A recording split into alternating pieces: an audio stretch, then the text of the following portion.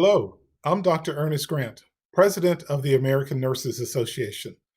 On behalf of the ANA, I would first like to thank you for your continued strength, dedication, and innovation in the face of a global pandemic.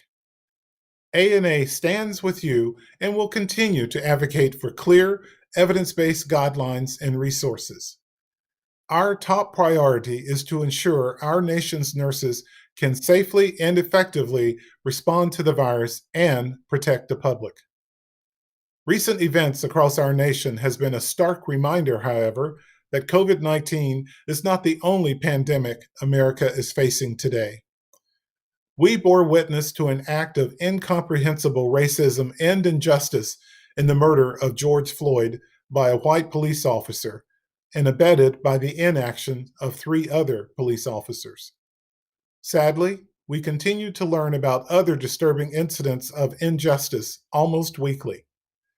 In response, the ANA Membership Assembly adopted a resolution condemning his brutal death and the many other Black, Indigenous, and people of color who have been unjustly killed by individuals within law enforcement.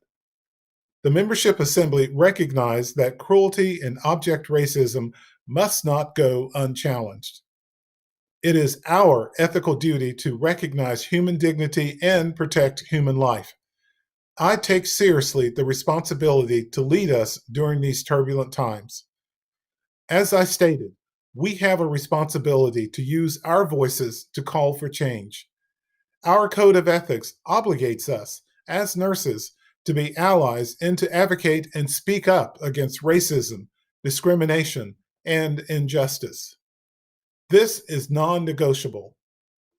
Racism is a long-standing public health crisis that impacts mental, spiritual, and physical health.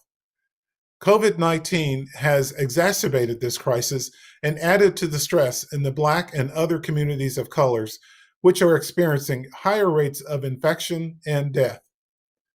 To remain silent is to be complicit.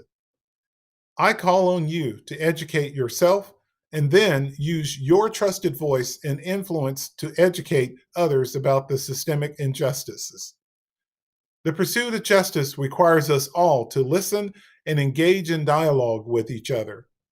Leaders must come together at the local, state, and national level to commit to sustainable efforts to address racism and discrimination, police brutality, and basic human rights. We must hold ourselves and our leaders accountable to committing to reform and action.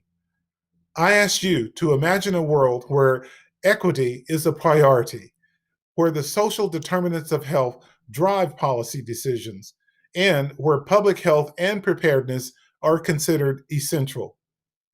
Imagine a world where the nursing workforce is equally representative of the diverse patient population it serves, and where all voices are heard and respected. Imagine a world where nurses influence the public agenda to improve healthcare and ultimately make the world a better place. ANA is committed to leading constructive change that can turn our imagination into our reality. Change began with a change in minds and hearts, coupled with a commitment to preserve and implement comprehensive strategies that address injustice, and we welcome your input. Another way to ensure change is at the ballot box. I implore you to exercise your right to vote despite what challenges may exist to the pandemic. This pivotal moment calls for each of us to ask ourselves, what legacy will we pass on to the future generations?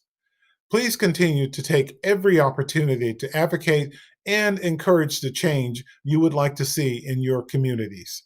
Thank you and stay safe.